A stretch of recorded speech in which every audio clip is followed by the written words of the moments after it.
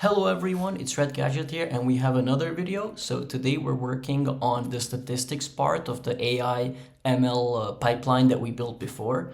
So we're using the same data set as you can see here.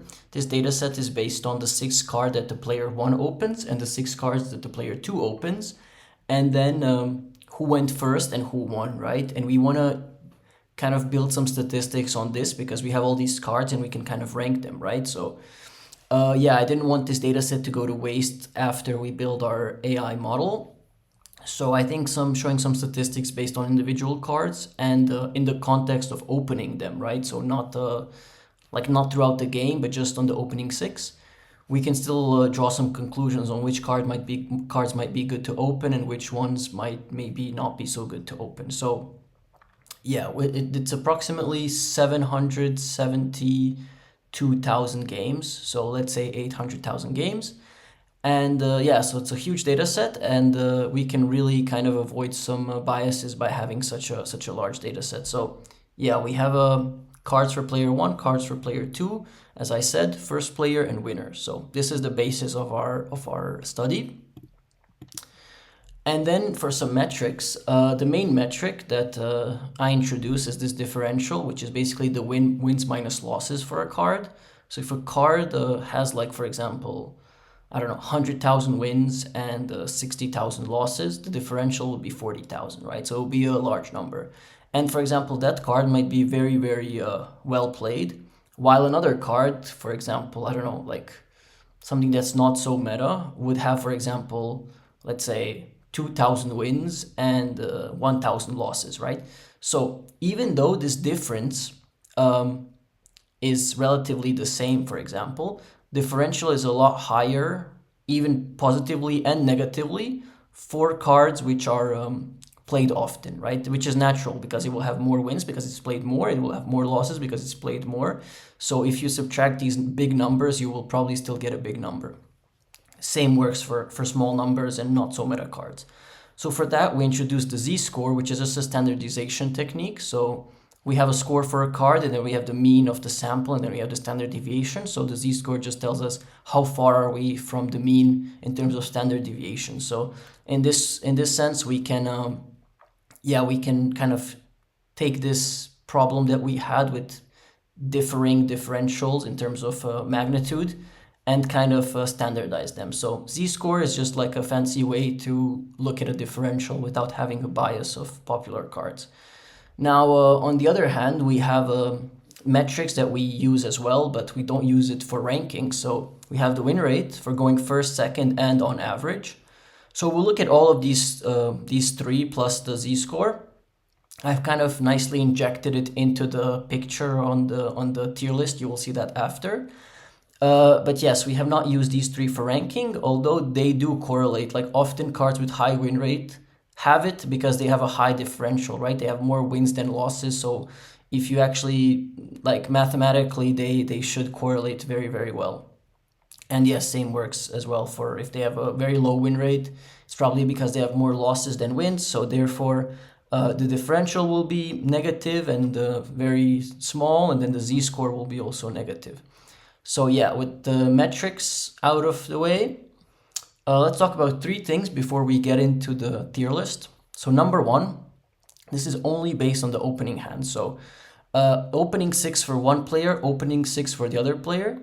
And that means that the cards that are ranked here, based on the card quality, will just be, again, for the opening hand. So that doesn't mean that if a card is bad, for example, to open, that it's bad to play, right? So let's not, I will give you an example. For example, Pot of Avarice, right? It's usually a late game card that can complete, it's basically a Pot of Greed. And late game, if you have a deck and a strategy that works with sending cards to graveyard, it can be a great card to have.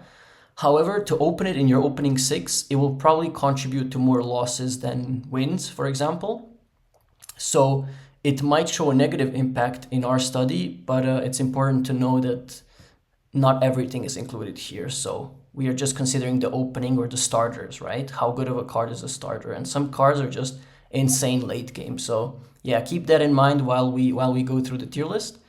And yeah, all skill levels, right? So the games that were used for the study were across basically all the games that that I could find. So it's not really a matter of picking certain elos or certain levels of play and then kind of tailoring that to to a particular elo and then saying, okay, these are cards for this elo, these are cards for the lower elos. So yeah, we're gonna have to work with that. I mean, if you're a really good player, I'm sure you can kind of make some numbers not matter as much because you are winning more than probably the card is on average or something like that. And finally, there's this screenshot from another video I did that's on my channel. You can check it out. It's basically the percent win rate for going first. And this is across different skill levels or ratings. So you can take a look here on the graph. But and if you want more in-depth information, you can find the video. But as you can see, approximately 60% is the win rate for going first.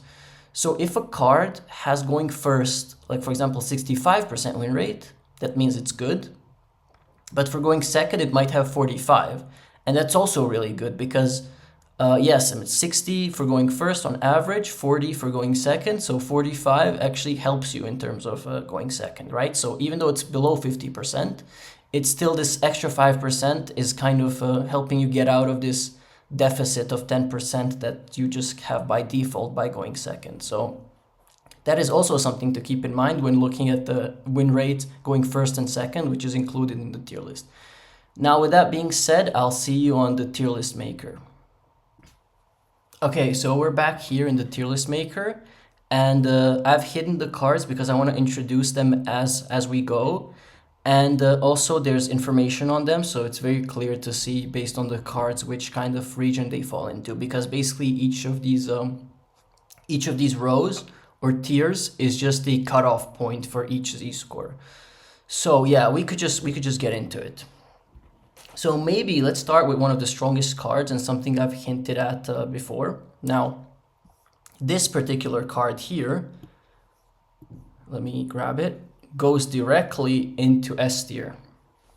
This is, of course, the Trap Dust Shoot with a win rate of 58% on average and 70.7% going first and 45.8% going second. Again, we're talking about opening hands. So we don't have data if you draw it late game. We have the data first turn or potentially second turn if you're going second. And with that being considered, this is one of the strongest cards in the game to open. Everyone knows that. It feels so unfair. And yeah, Trap Dust Shoot is just a ridiculous card. I mean, there's not much to say here.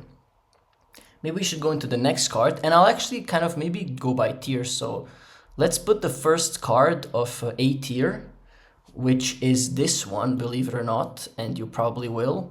It is Future Fusion. I mean, Future Fusion, again, incredibly broken. 58.5% win rate on average with z-score of 35.1, while the z-score of Dust Shoot was 62, right? So a huge improvement in that context. And yeah, 69.1% win rate going first and 47.9 going second. I mean, Future Fusion, it's basically an absolute zero or Gaia. For free, and you have the added benefit of sending malicious, so that's a +1. You have an added benefit of fueling your graveyard with dragons. So if you're playing it in the context of dragons, it's at least a +2, whichever variant you're playing. If you're playing it to reveal Gaia to send Dandy, that's a +2. If you're playing it to send Waters and then summon Ab-Zero, that's just broken. So Future Fusion is really one of the strongest cards in the game. Now let's talk about maybe a card in B tier, which would be this card, which I like a lot. And yeah, this is a B tier card. It is with the z-score of 29.4. 56% win rate and on average 66.4 going first and 46.3 going second. I mean, it's very, very strong. It's just a search on a normal summon. You will probably open them often because it's at 3. and getting yourself a fortress is just really, really strong. I mean, actually, Stratos is not even on this list, and it's a very similar card to Stratos, but the thing is, Stratos searches you just like kind of vanillas, while this late game searches you a force, which is insane, and it searches you fortress early game, so you could actually summon a fortress, and fortress is just a beater. So I think a lot of the win rate of fortress is actually kind of captured by this win rate of gear frame. Yeah. Now let's go one card from C tier. This one. Now keep in mind, all of these cards are actually very strong. They're not like, just because it's C tier in my tier list doesn't mean it's a bad card. These are top 30 cards, so we're just really nitpicking in the top 30, right? And I really want to isolate like the few of the best ones, and then which cards are like kind of generally good. I mean, they're all generally good, but S tier and A tier are like broken, and then B, C, D are like really, really good cards to open. So let's let's keep that in mind. Now, Gores, I mean, insane card to open. Bought like +1 on summon, huge body. When you have a token, it's very easy to crash. People don't want to like activate a trap on a token. Extremely strong. You can tribute for Caius. You can do all kinds of things. So Gores is really, really strong. And one card I was personally surprised to see on this list, but it sneaks into top 30. And actually, one more GB card sneaks into top 30. But the first one that sneaks into top 30 is Test Tiger. I mean, everyone knows it's crazy. Like, if you go Test Tiger, you just summon your guy from deck, it procs the effect, it creates a plus. And yeah, it's one of the kind of scariest cards that GBs have. 54% win rate, 64% going first, 44.6 going second. So yeah, as you can see, both of these numbers are bigger than 60 and 40 respectively by approximately 4.5, 4.6%. So the average win rate is just the average of these two numbers. So yeah, on average, we get, again, 4.6% win rate, let's say. So just by playing Test Tiger in our GB's build. So if I was playing GBs, I would definitely play the Test Tiger build. And yeah, some people, I think, choose not to. I don't know how common it is, but I think I've seen builds without it. And yeah, it seems really strong to open. Maybe late game it could be worse, and these numbers could be not so significant late game. Of course, we're only looking at early game. Now, yeah, let's look at another card, which goes into S tier, and it's a card that's very special to me, and it's this beast of a card. I mean, Whirlwind. I believe in my list, and we'll verify it after because these are the top 30. This is the most played card and with the highest win rate. So 62% win rate on average just by opening Whirlwind. That's crazy. Like, if you open Whirlwind Dust Shoot, it is really, really hard to recover from. And the games where I opened Whirlwind Dust Shoot are the ones that I don't really like. I don't remember losing when I had this combo. So yeah, Whirlwind 56.4%, sorry, not a percent, 56.4 Z-score and 62% win rate with 71, so higher than Dust Shoot going first, and 52.3, so also higher than Dust Shoot going second. However, it has a lower Z-score, but doesn't matter. The win rates are too crazy. Yeah, Whirlwind, very, very broken. Not much to say there. Yeah, let's look at another card in A tier. Believe it or not, it is Sirocco. Sirocco is very, very strong. Yeah, I mean, going second, for example, it's 45%, while going first, it's 63.3%. So as we can see, it's a bit stronger going second. If you look at it, the difference between 45 and 40, while 63.3 and 60, here's 3.3 and here's 5, right? So it's a little bit stronger going second, but still on average, 54.2% win rate. That's pretty strong. And yeah, Z-score of 31.8. Now, a lot of Blackwing cards you'll see on this list because it is kind of one of the strongest decks, particularly on ladder. And yeah, in terms of this, I think they kind of correlate together to kind of have a very high win rate on average. Now, yeah, you could say that some cards are worse. For example, I will just add it here. Bora is also here, 64.8 and 46.6. Yeah, he's also here, but I think it's just because they work really, really well with other Blackwing cards. And you with Blackwing, since it's the deck I play, you usually win games where you open monsters. So if you open some monsters plus some traps, it's really, really strong, this combination. And yeah, so Blackwings in general, we can see from this list, they're rather, rather strong. But yeah, let's proceed with the rest of the list. So something from B tier, we have this little froggy. Opening this is very strong because you can send you don't have to burn your substitute, for example, so you can just summon, send Treeborn, and then having Treeborn access is like half of your deck, right? And if you're playing Hero Frogs, or if you're playing some kind of Forg variant, or some Dream Frogs, or whatever, right? Yeah, so sub is very, very strong. 65.5 going first, 45.2 going second, around 55.4% win rate on average. So yeah, that looks pretty strong for now. Now, another card from C tier is Card Trooper. Again, broken card to open. Like a lot of the cards on this list you'll see are from Vayu Turbo, they're from Blackwings, they're from Hero Frog. So we know mostly the best decks, and we know which cards are kind of good in them. So Trooper is like one of the best cards if in the main deck of Vayu Turbo.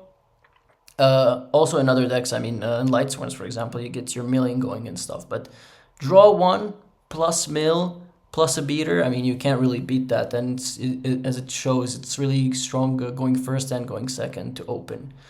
Yeah, we have a kind of a good card here on the bottom. This is just Rhoda. I mean, Rhoda is strong to open. It gets you into Stratos, it gets you into your Grepher, it gets you into your Armageddonite, it gets you into a lot of cards in the format. And yeah, Rhoda is just Rhoda, 52.4%. But yeah, high Z score. It managed to get into our top 30. And yeah, Rhoda is just Rhoda. Let's go, maybe, let's put two cards more from D tier. So what do we have here? We have this one and this one. So we have two Lightsworns. We have Celestia and Lumina. Lumina actually has lower Z score, but it has slightly higher win rate. While and it has higher win rate going first and going second. Yeah. Yeah, Lumina is just, in my eyes, a very, very strong card. Like it helps you, for example, if you summon it, it mills 3. It helps you get into your Lila from graveyard, so you can pop a back row. It helps you get into your what is his name, Gareth, so you can mill draw. So you mill 5. It kickstarts your engine.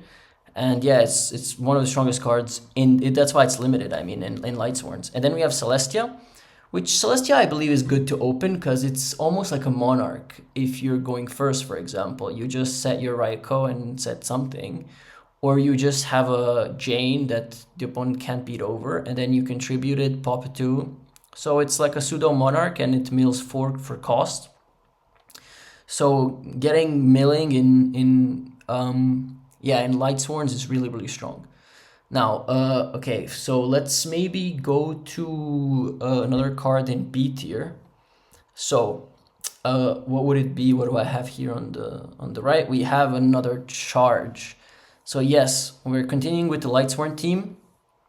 55.3%, going first 66.3, so 6.3 improvement on average, and going second 4.4 improvement over the average of 40. So yeah, it's obviously strong going first and second because you, for example, can add your Raikou, you can set it, and then going first, Raikou is a lot stronger than going second, because if you're going second, they already have something. They might have a Treeborn engraved, they might have their own monster they contribute for a Monarch, and getting your Raikou Monarch is really bad. So Charge obviously strong in Lightsworns, it's strong in Vayu Turbo. So yeah, Charge is a B tier card when we consider our top 40 cards in terms of the Z-score and the win rate. Now, yeah, let's maybe go to a C tier card. This one. Now, okay, I think I'll get a lot of hate for this, but this is kind of proven here, and I just choose to believe it, okay? Not everyone has to be right at everything. I just choose to believe that Ryza is slightly better than Caius in majority of situations. Now I know I'll get a lot of hate for this, but I feel like top decking a card is a lot better than banishing it in certain situations. But I think in more situations than what people give it credit for. So sometimes you want to out problem cards and you don't want to like top deck their Whirlwind, you don't want to top deck their own Monarch. Yes, this holds true. But majority of games, you're just not really, like you're usually monarching random stuff, and top decking a card for your opponent means that they're basically turn skipped and you remove a threat. In terms of that turn, of course. Like going Ryza and then like Miracle, it just means that they lost if they didn't have an out in the first place, like bottomless or whatever, right? So yeah, I just think that Ryza is very, very strong, and Caius is not even on this list.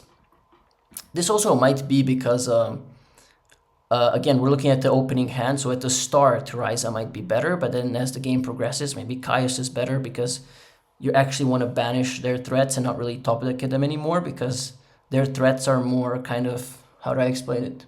Threatening, like Dark Armed, for example. Like you don't want to stack their Dark Armed, you would like to banish it, or you don't want to stack their like kind of end board pieces. But I still do believe Ryza is like severely underrated, and I think it's, I don't know if I want to go out and say it's better altogether, but I think both of them serve a purpose. And if I was playing Hero Frogs, I might play like 2-2, but yeah, I might be crazy. Anyhow, let's continue with another card.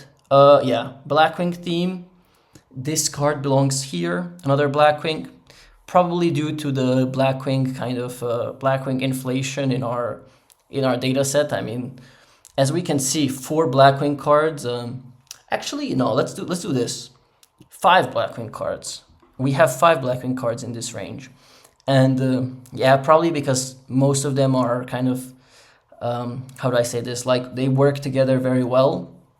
And they are, if one of them has a high win rate and a high Z-score, probably the other ones will, right? Because it's kind of the most stuck together archetype, because usually you just play 3 of each and that's it.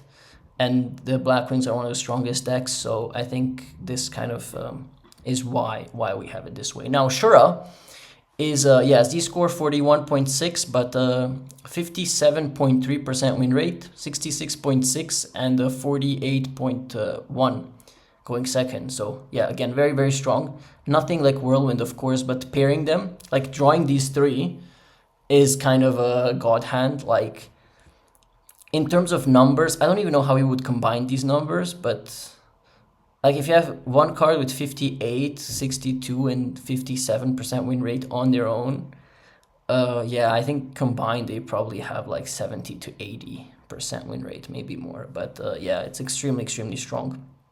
Yeah, so another card in S tier is this one. It's Solar Recharge. It's in front of Shura, and it's one of the best starters, which, yeah, I mean, it obviously makes sense because we're looking at starters, we're looking at the opening hand. So one of the best starters is definitely Solar Recharge, because you discard 1, draw 2, mill 2, you get to see the rest of your engine, you don't get to clog up on normal summons, you get to start milling. Like if you mill some Light Sworns plus the one you discarded, that's already 2, right? That's already 2 or 3. Names in the graveyard, so it's like one of the best starters in the game. Like if you open recharge, it's nuts. And yeah, with that being said, I mean 58.6 on average, 68.1, so 8% higher than normal 60% going first win rate. And 49.1, so that's 4% higher than going. No, actually 9%, right? Yeah, 9%. Because yeah, it's 40% on average that you win going second. Of course, across the global kind of like globally, so for all players and for most hands, for most decks, just kind of on average. That's what we're looking at. Now, yeah, let's talk about this card. This card belongs here. 53.9% win rate.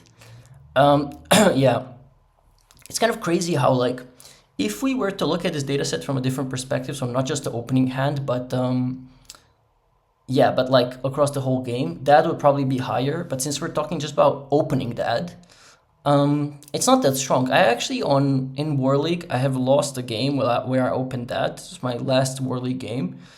And it was simply because I didn't have enough darks. I just didn't have enough other monsters to put in grave, so it was a brick, right? So that could be a brick sometimes in the opening hand. I mean, that's pretty possible because he does require a certain condition, right? These cards, even though these require a condition, it's much easier to have another Blackwing or another Lightsworn in hand to use them and to kind of progress your plan. While that is just a power card that if you open it and you don't have the sufficient condition to summon it, it could be just a brick. Now, that's why it's here. Again, top 30, in the middle of the 30, so probably top 15 cards in the whole format to open again. So I think we might be too harsh by saying, okay, he's B tier, you could brick on it. I mean, still too broken to open, but yeah, we're a little bit nitpicking here. Now, that's there. Another Blackwing card. What a surprise. Blizzard. Yeah, again, needs setup similar to that. Kalut. It's very interesting how, like, these are kind of normal summons where you don't need much, and then these are like, you need another monster, you need another monster, you need 3 monsters. So it's interesting to see that even in terms of the numbers and the cutoff of Z-score, we can see this kind of small pattern of kind of dependency on other monsters and like no dependency. So you could just summon these guys basically, right? Now, yeah, Blizzard is there, not much to say. And then another card, which, yeah, I'll put them in a pair here. So this is pretty interesting. Substitute, definitely S tier card. 57.8% on average. 68.2 going first, 47.4 going second. So yeah, extremely strong S tier. I mean, top 5 cards in the format. It enables a whole array of decks to function. I mean, that's why Frogs are one of the best decks in the format, strictly because of this card. And then again, 1 for 1. And we're talking again about opening.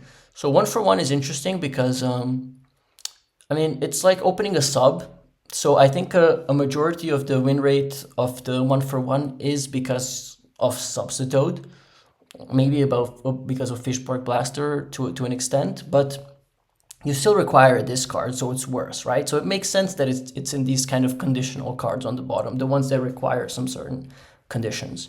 But yeah, 1 for 1 still very, very strong. If you're playing Frogs, I highly recommend you open 1 for 1 and you play it.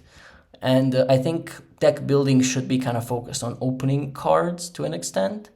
But there is still some truth in kind of building your deck to also late game bombs. So I think we need to find a good balance between these two kind of ideas. Now, another card that I might add here in C tier will be the Draw Trap, the ultimate draw 1. Just do nothing, draw 1 card. Very strong, probably influenced by the Blackwing kind of high win rate. 18 Z-score, yeah, 53% on average win rate. Very strong, baits out stuff. It seems stronger going second, 44, while going first is 62. So here we have 2.3 improvement, while on the second we have 4.0 improvement. So yeah, something to consider. But yeah, Legacy, just draw 1. It's a good card. Not much to say there. Lone Fire, I hate when people go Lone Fire into Titanial. I hate even more when they go Lone Fire into Gigaplant Supervise. Just one of the best cards to open. 28 body that negates a targeting, or 24 body that spams out 4 more bodies. I mean, it's just ridiculous. Lone Fire, it's like a soft once per turn. Just a ridiculous card to open. But I think it suffers by the other cards it's being paired with a little bit. However, still top 40, still top 30. Sorry, it's still very, very strong. Let's look at another card. Yeah, 53% win rate. Icarus broken. I don't even want to talk about it. Another card. Hamster. Hamster's here. Very strong card to open. Vayu Turbo. They start playing 2. And I always liked 2 because and the idea was always that I would rather play good starters than, so I can actually play the game, than play bombs and then sometimes not play the game. And for a long tournament like Ultimate Time Wizard or Arbet or just one of these like Swiss 8-round tournaments, you want to be able to play the game in all 8 rounds, because if you cannot play the game in one of the rounds, you're basically out, because any other mistake means you're out, because it's like X1s can make it. So when I was playing Vayu Turbo, when no one was on 2 Hamster, I was on 2 Hamster, because I think this card's very strong. Maybe also it's a bit of trauma, because I play Blackwings and I hate this card, so I just think it's broken. Could be that as well. But yeah, Hamster is just an insane starter, and I still think even in this meta it has a place, because not everyone's gonna like Gigavice combo you, or yeah, like I think people still play Blackwings, people still play other decks, and Hamster is just very, very strong as a starter. Now, another card next to it, again, a very annoying card to be kind of sit across. 56% win rate when it comes to opening it. It's just an immediate +1, 1 card synchro, hand rip, potential like anything. 6.7% increase on going first, and 5.7% increase on going second. 16.4 Z score, very, very strong. I mean, Cat's just an insane card. That's why it's limited. And another card in C tier that's really good to open is JD. 54.2. Just an insane card to open. However, it requires setup. And for that reason, I think it's not like S or A tier kind of just god card. Open me and I will win you the game. Although this is kind of Blackwing inflation. If you were to remove these cards, I think what this extremely strong, this extremely strong to open. So yeah, and 2 cards that we have left for our tier list in terms of going first and going first, going second, top 30 cards in terms of Z score and win rate. Last one here is Chariot, believe it or not. I mean, I've seen people not play it. I've seen people play 1. I've seen people play 2. And I don't really know what is the reason for that. I really don't understand. This is one of the best cards in the game. Like, imagine if Blackwings had Chariot. Like, it would be like a S tier deck, tier 0, like, no question about it. Like, Chariot is one of the best cards in the game. You can loop it, but I don't think that's the reason why you shouldn't run more. Like, just seeing it is just really, really strong. Like, I think 2 at least, but if I was playing GBs, I would play 3. Like, I would play 3 Test Tiger, 3 this, and I would try to see my best cards. Because based on this list, and you can interpret it whichever way you like, I think when it comes to optimizing your deck for the opening hand, you really want to maximize the good cards, like the cards that are good to open. And play a few bombs, but more or less the opening 6 is what matters the most, because that's what gets you going. Now, yeah, Chariot broken, 7.7% increase on going first, and approximately 5% increase on going second. So on average, 6.4% increase more than the average win rate, which would be 50, right? And another card, and the last card is this one, which does make sense. I mean, Starlight Road, and across, considering that this is given across multiple skill levels, I mean, Starlight Road is one of the best cards in the format to open and set with multiple back rows. And if you're going first, which we can see here, increase around 5% for going first and around 3% for going second. So a lot stronger going first, setting road plus another back row, maybe bluffing a little bit and then baiting your opponent's heavy storm could just be instantly game winning. And it just helps you isolate yourself from torrential, from mirror force, and summoning a Stardust is like, so you trade like heavy for road, you summon your Stardust, that's a +1. Your opponent activates a card, you Stardust negate, you kind of, you trade that card for a Stardust, but you got the Stardust for free, and if you use the Stardust negate to gain more advantage, it's usually just like a +2 if you resolve it, so it's very, very strong. Starlight Road is very, very strong to open, but I can understand it's pretty bad going like turn 3, 4, 5, so yeah, that's a bit tricky about this card, and I would like to see this data like in some other other turns after than the opening 6 or the starters. But yeah, in any case, it's very interesting to see what we have here, and this is the final tier list, and I hope you enjoyed this. I will do a tier list, similar tier list of kind of bad cards, right? So you can take the Z-score and invert it, right? They will be all negative numbers. So all numbers which kind of have a negative differential, as explained before. And yeah, we'll do the tier list, like S tier would be like the absolute kind of worst cards to open. And then we will just kind of go downward, so it will be basically inverted. But yeah, if you like this video, please like, comment, and subscribe. And yeah, let me know what you thought, and I'll see you in the next one. Peace.